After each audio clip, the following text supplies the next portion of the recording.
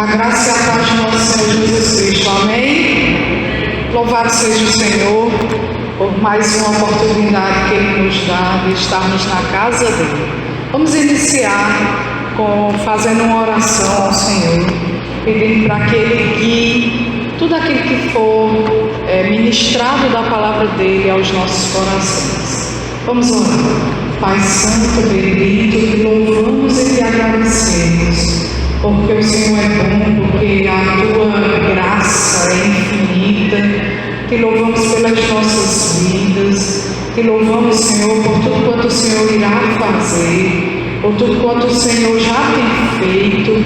Te louvamos pela tua provisão, pelo teu amor, pela tua bondade e misericórdia para conosco. Te louvamos porque o Senhor tem sido generoso para com nossas vidas. Te louvamos, Senhor, porque o Senhor não nos tem deixado só, mas tem nos ajudado, tem nos auxiliado, tem estado conosco, guerreando as nossas lutas. Que no nome de Jesus, teu Filho amado, o Senhor possa estar nos ajudando neste ano de 2020. Que seja um ano debaixo da tua graça, debaixo da tua provisão, debaixo do teu amor. Perdoa os nossos pecados, me usa como instrumento teu, Senhor, que seja o teu Espírito Santo quem possa estar falando nesta manhã aos nossos corações. No nome de Jesus, para a tua honra e para a tua glória, que te agradecemos de antemão. Amém. Então nós iremos estar falando sobre a lição de número 4, mas que é uma continuação e extensão da lição de número 3, em que nós podemos ver o aspecto sobre a liberdade cristã, e aqui nós iremos continuar essa ideia, mas falando a respeito de uma nova ideia, que é a chamada cosmovisão cristã. É uma palavra que normalmente nós não ouvimos falar muito, mas que tem tudo a ver com as ideias e princípios contidos na Escritura Sagrada. E eu gostaria que possamos abrir a Bíblia lá em Efésios capítulo 5, versículos 15 a 17. Todos encontraram? Amém. Portanto, vede prudentemente como andais, não como nécios, e sim como sábios, remindo o tempo, porque os dias são maus. Por esta razão, não vos torneis insensatos, mas procurai compreender qual a vontade do Senhor. Este último versículo eu gostaria que os irmãos repetissem comigo. Por esta razão, não vos torneis insensatos, mas procurai compreender qual a vontade do Senhor.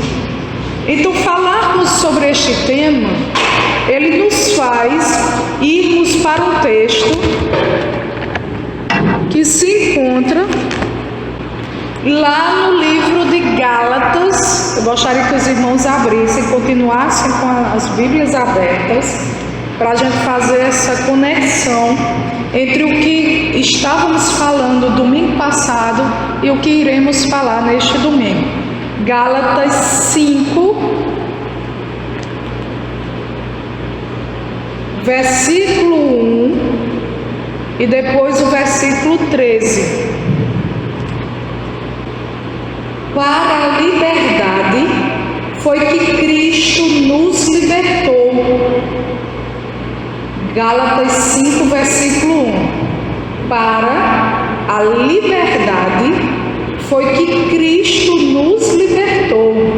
Permanecei, pois, firmes, e não vos submetais de novo a jugo de escravidão.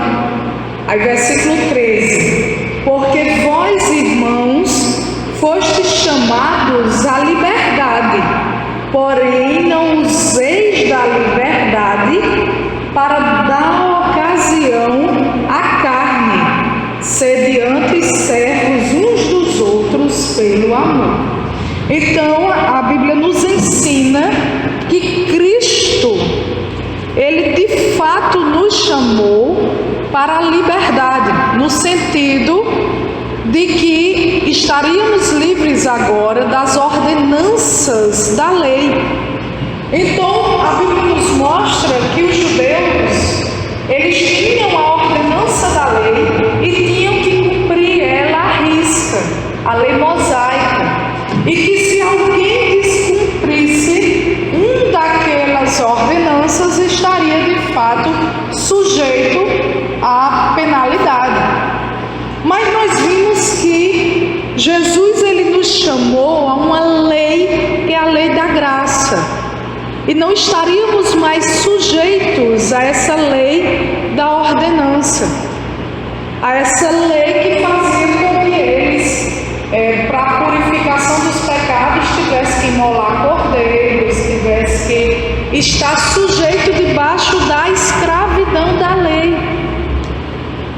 Mas, no entanto, a mesma palavra nos mostra que esta liberdade para a qual o Senhor nos chamou não é uma liberdade que nós possamos usar dela para a libertinagem, para fazer tudo que dá na telha, para darmos vazão à carne, como a Bíblia nos ensina. Então, o que é que nós podemos tirar desses conceitos cristãos? Que Cristo de fato nos chamou à liberdade, para nós não nos submetermos mais a um regime de escravidão. Mas essa liberdade para a qual fomos chamados é para uma compreensão verdadeira, à luz da palavra de Deus, de qual seja a vontade de Deus para nossas vidas. Então nós não fomos chamados para não usar dessa liberdade, porque Cristo nos libertou para sermos livres. Livres do nosso pensamento, livres da nossa atitude, livres da nossa forma de andar.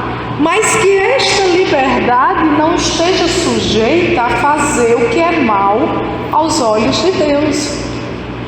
E é tão interessante, porque os leitores da época de Paulo, os Efésios, os Gálatas, eles estavam no mundo decaído, assim como é nossos dias atuais, impregnado por uma cultura distante de Deus, distante desta vontade de Deus.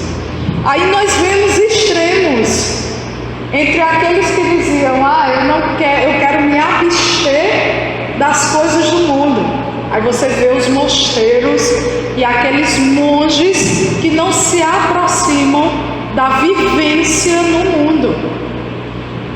Aí você vê o oposto disso: pessoas que estão impregnadas pela cultura, pessoas sem critérios e sem princípios. Então eu fui chamado para a liberdade, então eu vou assistir o Wesley Safadão.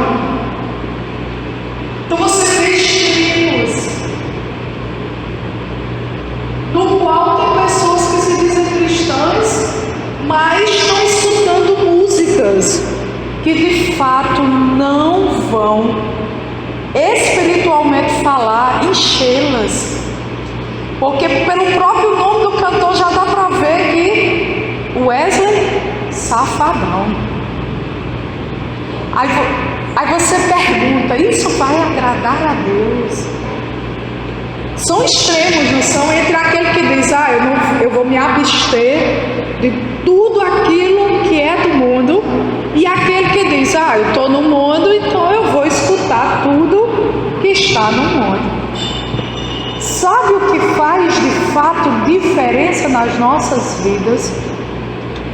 É de fato nós estarmos impregnados pelos princípios e conceitos da palavra de Deus. Sabe por quê? Porque o Espírito Santo vai nos dar discernimento para nós compreendermos a vontade de Deus. Aí você diz, mas os jovens, eles vão estar vendo essa liberdade. Sabe por quê? Porque não estão na palavra de Deus. Agora, se você vê jovens buscando a palavra de Deus, você vai ver jovens que de fato não vão se assentar para beber cerveja na mesa de escarnecedores. Você vai ver adultos cheios da palavra de Deus, sabendo como proceder neste mundo, que é de Deus, mas que após a queda foi tocado por este pecado que adentrou no mundo. Os irmãos estão compreendendo? Então aí nós vemos que nós devemos enxergar o mundo com as lentes de Deus. Quem usa óculos para que de fato, se não consegue ver para longe, aquele óculos corrige a imperfeição e você consegue enxergar. Aí tem gente que usa óculos porque não consegue enxergar para perto, e a lente corrige o problema, corrige o defeito, corrige o erro. Então essa lição que fala sobre cosmovisão, ela é uma lição super interessante e super importante para cada um de nós, porque ela de fato nos faz enxergar o mundo criado por Deus através das lentes de Deus. Então é aquilo que vai corrigir ao nosso pensamento imperfeito e vai conduzir esse pensamento imperfeito à vontade de Deus. Aí você faz, nossa, eu nunca tinha pensado sobre isso. Então o cristão, quando está de fato enxergando este mundo através das lentes de Deus, ele vai compreender qual é a perfeita, boa e agradável vontade deste Deus. Ele vai se transformar na renovação da mente, seja ele adulto, seja ele criança, seja ele adolescente, seja ele jovem. Porque nós precisamos de uma renovação espiritual para nossos dias. Por isso é que o texto bíblico lá em Efésios diz que nós devemos remir o tempo, porque os dias são maus. Porque tudo que nos cerca, de alguma forma, está contaminado pelo pecado. E nós não conseguimos ver e enxergar perfeitamente qual é a vontade de Deus. E é por isso que nós devemos pedir misericórdia a Deus, porque nós não conseguimos nem orar como deveríamos a Deus. É por isso que lá em Romanos 8 é uma oração para que de fato Deus nos ensine como orar como convém, porque até isso foi maculado pelo pecado. Porque muitas vezes nossa oração é um pedido egocêntrico, é um pedido acerca de nós mesmos. Mas a nossa oração deveria ser de fato buscando a vontade de Deus. Porque se nós estivermos buscando a vontade de Deus, todas as demais coisas nos serão acrescentadas. E o quanto miseráveis nós somos se nós formos pensar no reino de Deus, na vontade de Deus, no tempo nesta terra, que muitas vezes esse tempo ele é buscado em satisfação pessoal, e nós não buscamos as coisas celestiais, como se a nossa vida se limitasse apenas a esta terra. Mas nossa vida não se limita apenas a esta terra. E estes conceitos são conceitos espirituais, não são conceitos humanamente falando. Porque se você vai conversar com uma pessoa, ela está em busca de um um carro novo, de ter uma casa, está em busca de ter uma formação acadêmica, mas buscar o reino de Deus é muito mais superior a todas estas coisas, e que muitas delas são necessárias na nossa vida diária, mas elas não são as primícias. A busca ao Senhor é que deve ser a primícia, ou seja, a primeira coisa em nossa vida. Buscar ao Senhor vai muito mais além do que vir no domingo de manhã. Buscar ao Senhor significa uma vida íntima com este Senhor. Aí eu pergunto, o que é a cosmovisão cristã? Eita, professora, eu nunca ouvi falar sobre esta cosmovisão. Então nós iniciaremos hoje sobre este tema, que é a cosmovisão cristã. Este termo, cosmovisão, é um termo bastante antigo, no sentido de muitos filósofos conversarem acerca da cosmovisão. Tinha um filósofo que se chamava Immanuel Kant, e ele influenciou gerações de outros filósofos, e ele falava, esse termo veio com a ideia desse Kant, mas na concepção dele, a cosmovisão seria a percepção de mundo, como eu enxergo o mundo ao meu redor, a capacidade humana de perceber a sua realidade. Na concepção, na ideia de Kant, a cosmovisão era como o ser humano compreendia a realidade ao seu redor, certo? Então, cosmovisão para Kant significava como ele enxergava o mundo. Esse termo cosmo, essa ideia do cosmos, significa um mundo, mas ele pode ser visto em diversos aspectos. No cosmos enquanto universo, no cosmo enquanto mundo real e no cosmo quanto pensamentos, realidade.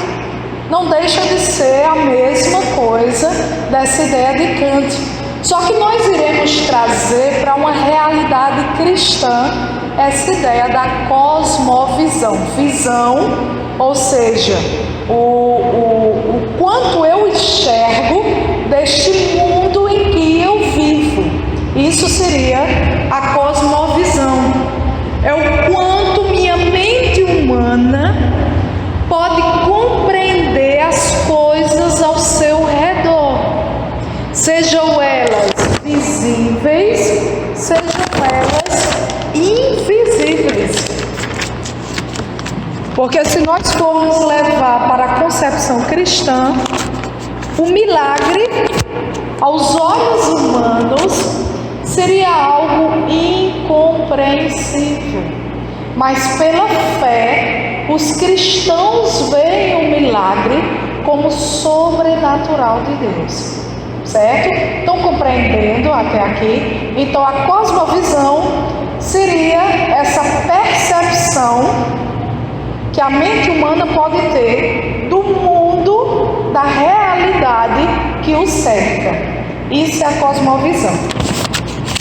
É como nós interpretamos a nossa realidade. E é bem interessante porque nós podemos interpretar a realidade de diversos aspectos. Nós podemos interpretar como os monges, ou podemos interpretar como aquela pessoa que é dada ao desejo carnal, mas nós podemos interpretar à luz das Escrituras, que faz esse balizamento, essa compreensão correta do que vem a ser o bem, o mal, e você discernir aquilo que não convém. É por isso que Paulo, ele diz, e ele ele afirma que muitas vezes o bem que ele queria, ele não fazia, por conta do pecado, por conta do afastamento de Deus. Então nós podemos perceber que todas as pessoas, sejam elas crentes, sejam elas descrentes, elas têm em si crenças da realidade. Para vocês terem ideia, eu vou dar fazer um comparativo que eu acho que vai ficar bem nítido essa ideia da crença. Então, é bem interessante, porque se nós formos falar em termos educacionais, se você vai para a China e vai para uma sala de aula chinesa, os estudantes lá, eles simplesmente assistem a aula sem dar um pio, não fazem pergunta alguma ao professor. Já se você vai para, por exemplo, salas de aula aqui no Brasil, dos Estados Unidos, você vê que a educação, o aluno quando sente dúvida, o que é que ele faz? Levanta a mão e pergunta, não é?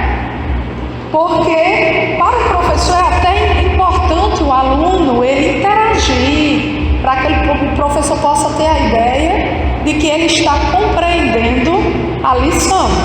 Isso é uma visão mais ocidental. A visão mais oriental, no caso da China, o pensamento, a crença daqueles estudantes é o seguinte: nós não podemos perguntar nada ao professor, porque isso seria uma afronta. Olha que ideia! Seria uma afronta a quem sabe mais do que eu. Então lá eles ficam em silêncio, numa postura de que o professor está superior, então, portanto, eles não vão perguntar nada. Já se a gente for para aqui no Brasil, o professor até acha, esses alunos não estão querendo nem saber nada, porque eles não perguntam. Não são concepções diferentes? Pois bem. Então, tem concepções diferentes por causa das crenças que são diferentes. É a forma de compreender a realidade de forma diferente. Então, cosmovisão é uma forma de compreender a realidade. Só que a cosmovisão, para nós cristãos, é uma forma de compreender uma realidade na qual nós vemos através das lentes de Deus. Ou seja, todos nós estamos enraizados nas crenças a qual nós fomos criados. Então, por exemplo, quando uma pessoa se converte, olha que eu vou dar exemplos que fica bem interessante para que a gente compreenda. Então, se você vai lá para aquelas tribos indígenas, na qual eles creem no sol, na lua, aí o missionário vai lá, na qual a mesma pessoa pode ter várias mulheres e ter um monte de filho, e o missionário vai lá e aquela pessoa se converte. As crenças que anteriormente ele as tinha, elas vão ou não vão ser modificadas?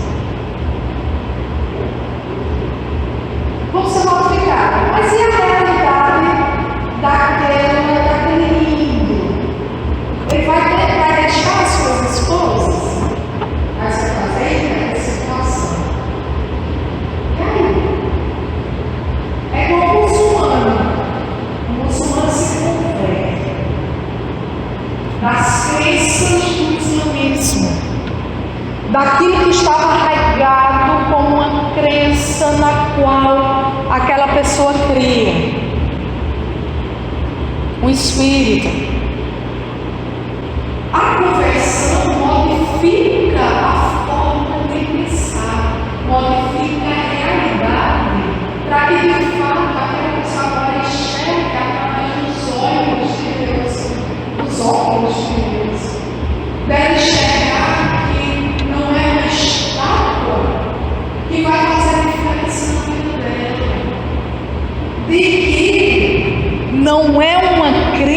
crença fanática que vai conduzi-lo ao céu. E de que, de fato, ele não vai abandonar a sua família, mas as futuras gerações já vão ser alcançadas pela concepção correta das Escrituras. Aí você vê que, de fato, o reino dos céus é um reino que possui princípios, que o homem é livre em Cristo Jesus para fazer o que ele quiser. No entanto, esta liberdade é uma responsabilidade. Por quê? Porque nós não devemos pegar esta liberdade em Cristo como cristãos e dar luz e vazão ao pecado. Uma coisa que sempre tive no meu coração, de que nem tudo é considerado de Satanás, porque muitas vezes você vê essas igrejas extremistas que tudo é de Satanás. E nem por isso eu devo dar vazão e fazer orgias, festivais como crente. Aí você diz, quem é o que vai de fato dar esse discernimento? É o Espírito Santo de Deus. É o Espírito Santo de Deus. Porque tem músicas, fala de músicas, que de fato não vão ser edificantes para a glória de Deus. Se tais músicas fossem edificantes, cantava na igreja. Mas muitas músicas são de fato de que vão dar lugar e vão dar o pensamento para a carnalidade, para a traição. E muitas vezes você vê pessoas da igreja escutando essas músicas. Vocês estão compreendendo, né? Porque também o coração do homem está julgando o outro, pode também estar cheio de pecado. Por isso é que Paulo, igual como a gente viu na lição passada, diz: fiz forte para os fortes e fraco para os fracos, em favor de ganhar muitos. Porque aquele que de fato come carne e aquele que não come, se estão fazendo isso no Senhor, para a glória de Deus, amém. E é bem interessante isso, porque nós vemos que enxergar o mundo é enxergar não no olhar de Deus, porque muitas perguntas surgem. E a lição ela traz alguma delas. Quem criou todas as coisas? As pessoas aí, elas se perguntam: quem foi que fez todas as coisas? De onde vem? É de Deus? Foram outros deuses? O mundo criado foi criado de fato do nada? Ou foi o Big Bang, uma explosão que fez todas as coisas surgirem? Então são várias crenças, são várias opiniões. Será que o ser humano, ele de fato foi criado por Deus ou ele é como um macaco?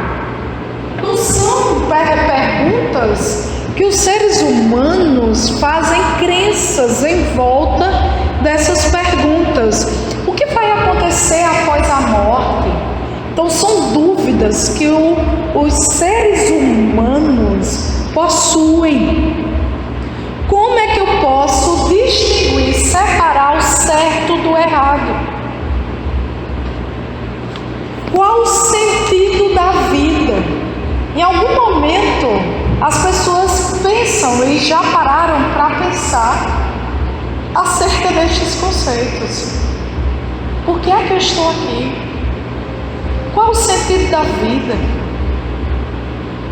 Foi Deus que fez as coisas? Então, quem está controlando o mundo? É Deus? É ninguém? É o homem? Então são perguntas que muitas religiões do mundo tentam responder. E se nós formos ver dentro dessa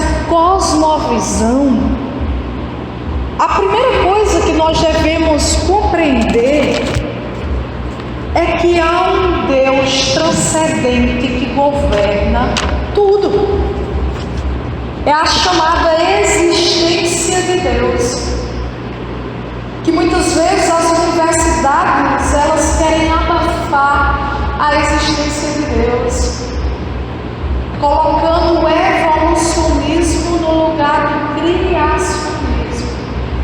Um mundo tão perfeito como este que a gente vê.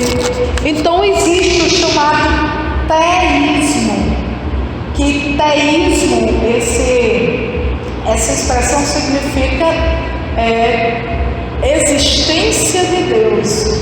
É o estudo da existência de Deus.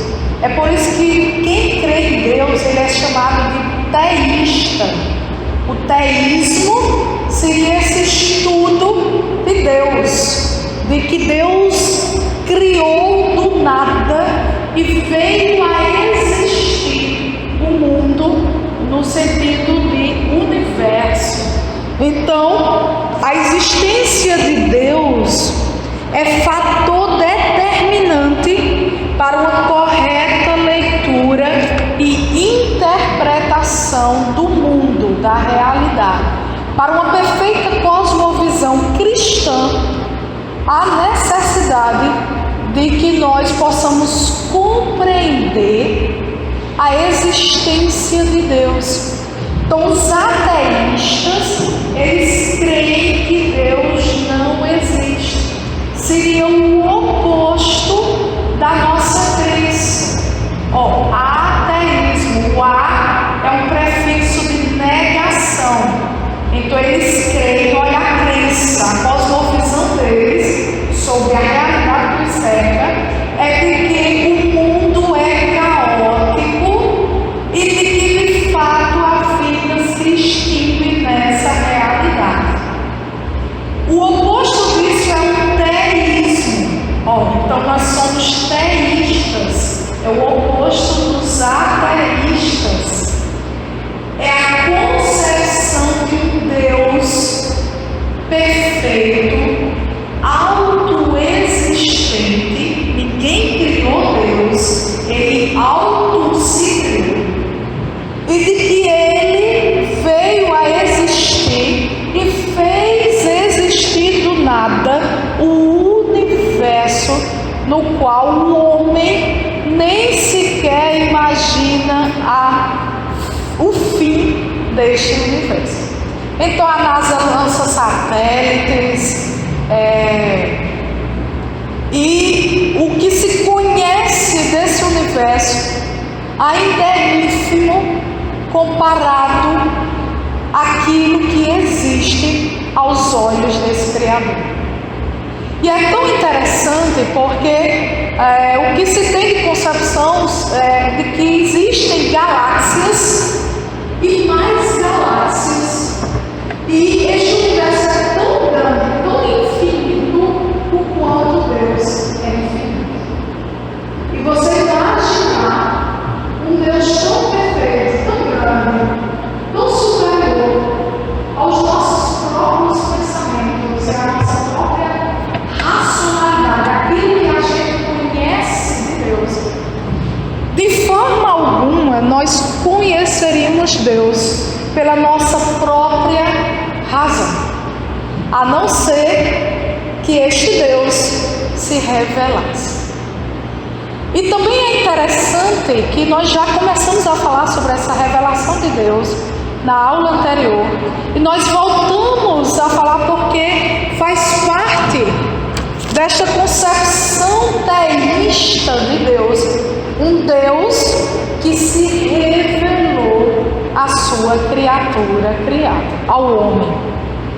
E ele se revelou de duas formas: a revelação geral, através das obras criadas, através da natureza. É por isso que lá em Romanos 1, o homem é indesculpável diante de Deus, porque ele, vendo as obras criadas, não adora o Criador como ele deveria.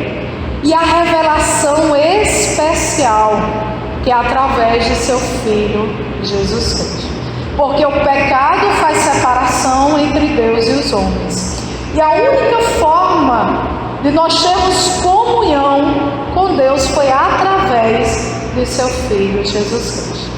Então essa é a revelação, ou seja, um Deus que se revela. Nunca um ser finito, um ser falho, poderia se aproximar de um Deus infinito, de um Deus que não falha, de um Deus imutável, a não ser que esse Deus quisesse se revelar. E ele se revelou, se fez conhecido ao homem através daquilo que nós chamamos de redenção. A redenção. Nós iremos falar sobre essa redenção daqui a pouco. Então, a fonte do conhecimento está no Deus que existe. Então, o Deus que existe é a crença no Deus existente e está na crença no Deus que se revela. Então, essa cosmovisão cristã, ela deve ser de fato buscada naquilo que Deus se revelou. E como é que nós podemos compreender este Deus revelado? Através das Escrituras. As experiências, que muitas igrejas são fundamentadas em experiências humanas, experiências de Deus comum. As experiências, elas servem como testemunho, mas elas nunca devem servir como princípio. Por quê? Porque a experiência é de Deus com você. Mas aquilo que se chama revelação, aquilo que deve ser sua crença, é pautada na palavra de Deus. Que às vezes a experiência, ela serve como testemunho para saber que Deus está com você. Mas a única regra de fé e prática é a palavra de Deus. É a palavra de Deus. É a fonte de quem quer conhecer a Deus de perto, de quem quer se aproximar do Senhor, de quem quer fazer a vontade dEle. Só pode de fato fazer a vontade do Senhor quem conhece esta vontade. E nós só podemos compreender e conhecer esta vontade conhecendo a palavra de Deus, que nos mostra e nos revela quem é Deus, quem é Jesus, quem é de fato aquele que fez vir do nada a existência de todas as coisas e que sustenta com sua poderosa mão a história do ser humano.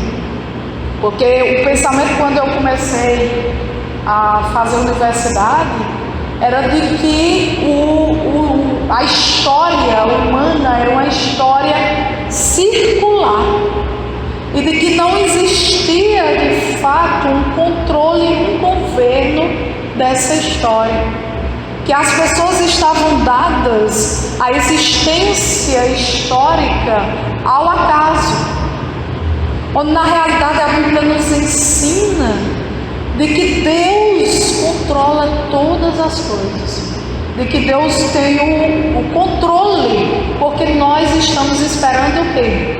A consumação dos séculos, a segunda vinda de Jesus. Nós aguardamos, e a Bíblia diz que nós devemos aguardar com paciência, porque a paciência produz perseverança.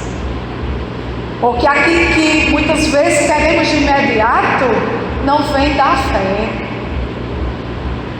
Fé é uma esperança, mas é uma esperança que nós já sabemos aquilo que vamos obter, pelos olhos da fé.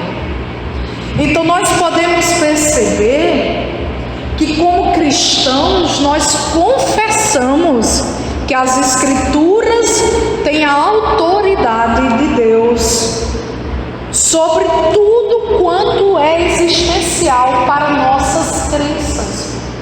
Aí você pensa, mas a Bíblia não explica determinadas coisas. Não explica. Ó, clonagem, inseminação artificial, viver num mundo onde a gente tem diversas realidades.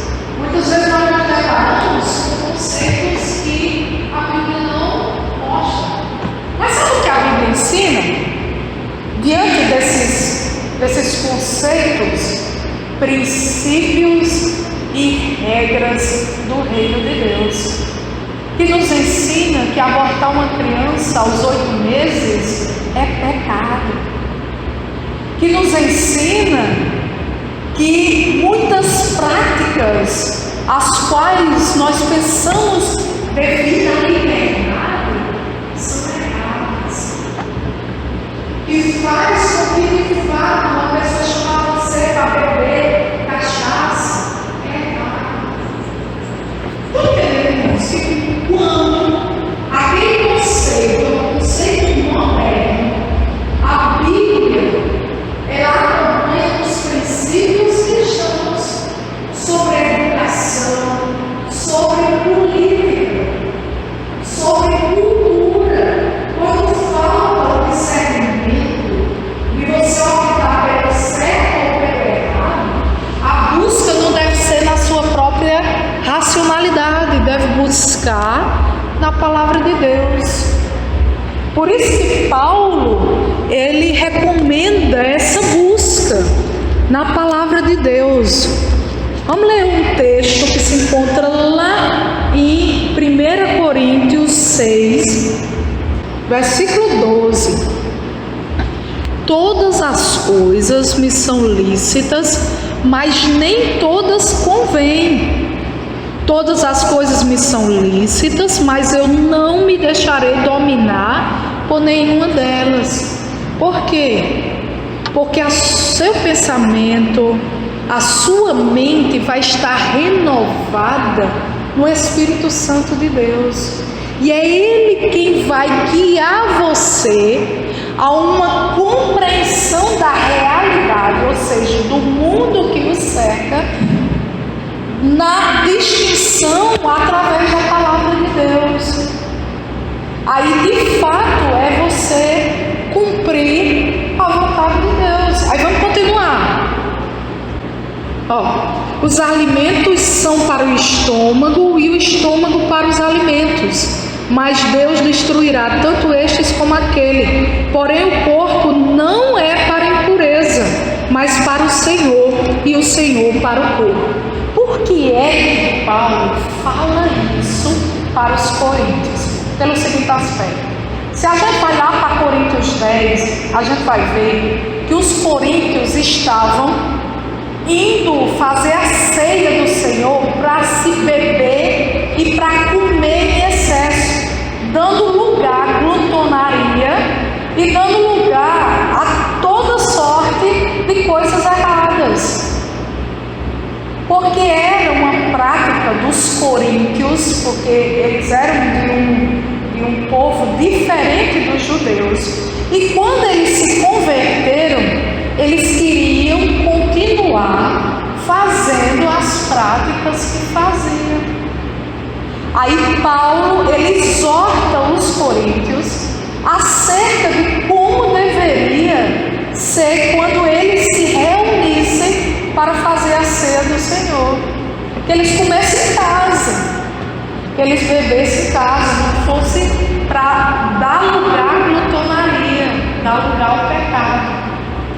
E é tão interessante isso, porque a Bíblia diz o que aí? Que nossos corpos não foram feitos, não foram criados para a impureza. Ele estava dizendo, dando uma tapinha na cara dos coríntios e dizendo: olha, vocês que viviam uma vida voltada para a impureza, agora vocês são renovados na mente para compreender a vontade de Deus, que chamou vocês para a liberdade em Cristo Jesus, mas não para se sujeitar novamente a um regime de escravidão. Escravidão de quê? Do pecado.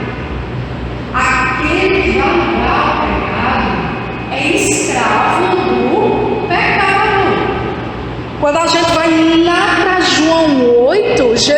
explica isso aos judeus. Quando eles dizem, nós somos livres.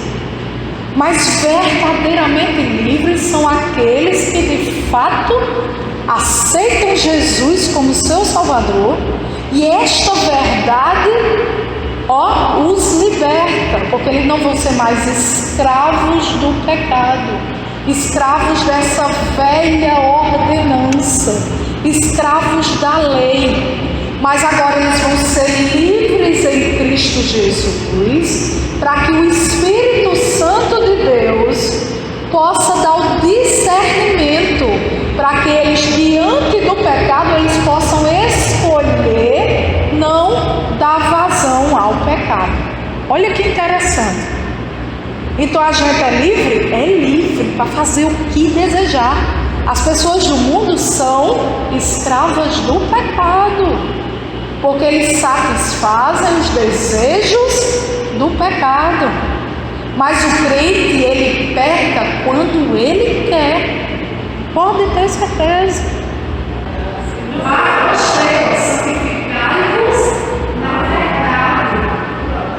Tua palavra é verdade. E o que é a verdade? Conhecereis a verdade e a verdade vos libertará. Jesus disse o que lá naquele texto de João 14,6: eu sou o caminho, a verdade e a vida. O que Jesus recomenda lá nas suas, através de Paulo, nas epístolas de Paulo? Se abster do pecado, fugir do pecado. E é interessante porque não é apenas em Coríntios que esta palavra é repetida, o conceito moral da lei de Deus. O conceito moral da lei de Deus é você viver o reino de Deus. Não brinque não. Não brinque não. Por quê? Porque nós fomos feitos livres do poder, do domínio, da ordenança do pecado, porque a lei mosaica foi criada exatamente por conta do pecado. Mas nós fomos chamados para a liberdade em Cristo Jesus, que não nos condena. Mas não é porque somos livres em Cristo Jesus que nós devemos fazer o que é mal aos olhos do Senhor. E é interessante porque o tripé da cosmovisão, ele é baseado em 3 coisas: a criação, a queda e a redenção. A criação, porque é a origem de todas as coisas. É um Deus criador que fez do nada existir todas as coisas. E Deus viu que era bom. Ele criou todas as coisas. Mas nós podemos ver que a criação, devido ao pecado, ela foi tocada. Então nós não podemos, às vezes as pessoas questionam, mas esse mundo, o terremoto, com a natureza do jeito que está, mas a natureza, ela não é igual à da época que o Senhor criou. Não é. Se nós formos lá para Gênesis, Deus deu uma palavra de maldição à terra por conta do homem, que ele teria que trabalhar com o suor do rosto, e a terra foi tocada por conta do pecado do homem. Então, a queda do homem, o mundo, a realidade não é mais aquela como saiu das mãos do Senhor. Mas nós devemos perceber que é por causa da queda que o mundo, no seu estado atual, está sobre a ira de Deus. A queda foi um acontecimento que modificou a criação como um todo. E é a explicação para tudo que há de errado no mundo. E ela de fato justifica todo o erro na face da terra. Foi por conta da entrada do pecado no mundo. Então o povo diz, por que isso, por que aquilo? Foi por causa da queda. Foi por causa do rompimento de uma ligação perfeita entre Deus e os homens. Do homem querer ser igual a Deus. Então é um Deus criador, autoexistente, transcendente, que criou todas as coisas. Mas um homem que pecou, que deu lugar ao pecado no mundo, na existência humana. E a queda, como está lá em Romanos 8, que a criação, a natureza chora e geme para alcançar a redenção, que é o terceiro ponto. E essa redenção, esse termo redimir, redenção, é o pagamento da liberdade. Aí a gente pensa, na Bíblia, a redenção ele teve um propósito. O homem não caiu e tudo esteve sujeito agora a esta queda. Esta redenção, de fato, é um propósito do Senhor no percurso da história, no percurso das eras, dos séculos e do ajuntamento de seus servos e suas servas ao longo da história. Aí você percebe que de fato a obra redentora de Cristo na cruz é uma obra que afeta nossa vida não apenas nesta terra, mas foi através da obra redentora, ou seja, um pagamento de Jesus na cruz, através de seu sangue, pagando os nossos pecados na cruz, que nós fomos redimidos, lavados, purificados pelo sangue de Jesus. Ele comprou este direito de nós estarmos com Ele, não findando nesta terra, mas na era vindoura, para habitarmos eternamente com Ele. Nenhum homem seria capaz disso, mas através da redenção, ou seja, desse preço que Jesus pagou, nós fomos alcançados por Deus, para não termos mais um sacerdote que adentrava lá no Santo dos Santos, mas nós podemos em nossa casa orarmos ao Senhor e Ele nos responder, e nós temos livre acesso a Deus. E esta semana eu estava meditando o quanto Deus tem poder. Deus não tem poder? Tem ou não tem, irmãos? O quanto Ele tem poder. E Ele é capaz de mudar aquilo que aos olhos humanos parece impossível. Ele tem poder ou não tem? Deus tem poder. Ele nos deu seu Filho Jesus, para que de fato nós não possamos ser crentes fracos na fé, mas que nós possamos ter uma fé genuína na palavra de Deus. Sabe o que nos falta? Sabe por quê? Porque assim, quando eu venho no domingo de manhã e vejo os bancos da igreja vazios, me dá uma tristeza tão grande, porque eu disse, meu Deus, o que falta em mim, o que falta nos irmãos é de fato uma busca na palavra de Deus, porque nós seríamos mais operantes, teríamos mais fé. É por isso que os discípulos ensina-nos, porque de fato nossa fé muitas vezes é fraquejante. A Bíblia nos mostra que Jesus disse aos discípulos, se tiverem fé do tamanho de um grão de mostarda, direis ao monte para ele se mover, vai se mover. Aí eu fico pensando, tamanho do grão de mostarda, que é uma sementinha, e faz vir brotar uma árvore frondosa. O quanto nós temos falta de fé. Sem fé é impossível agradar a Deus.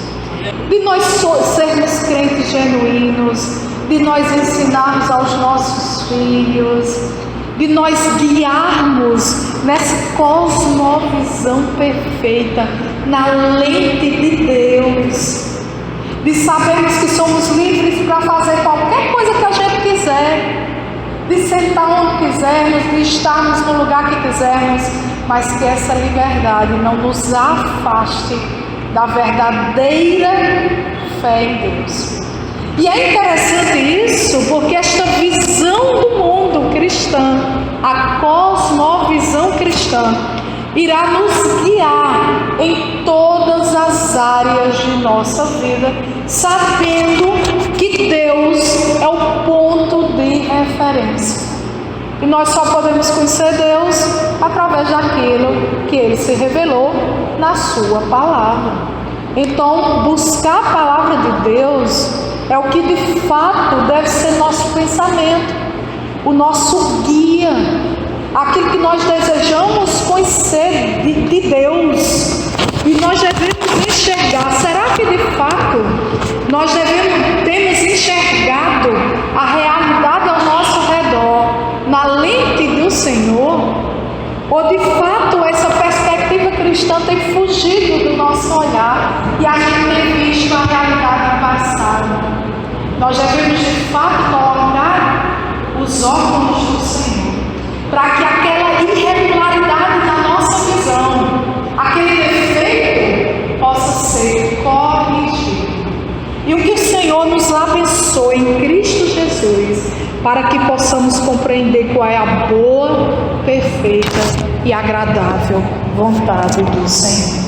Vamos estar encerrando com uma oração, como sempre fazemos, e eu gostaria que os irmãos, as irmãs estivessem fechando os olhos para nós estarmos orando ao Senhor.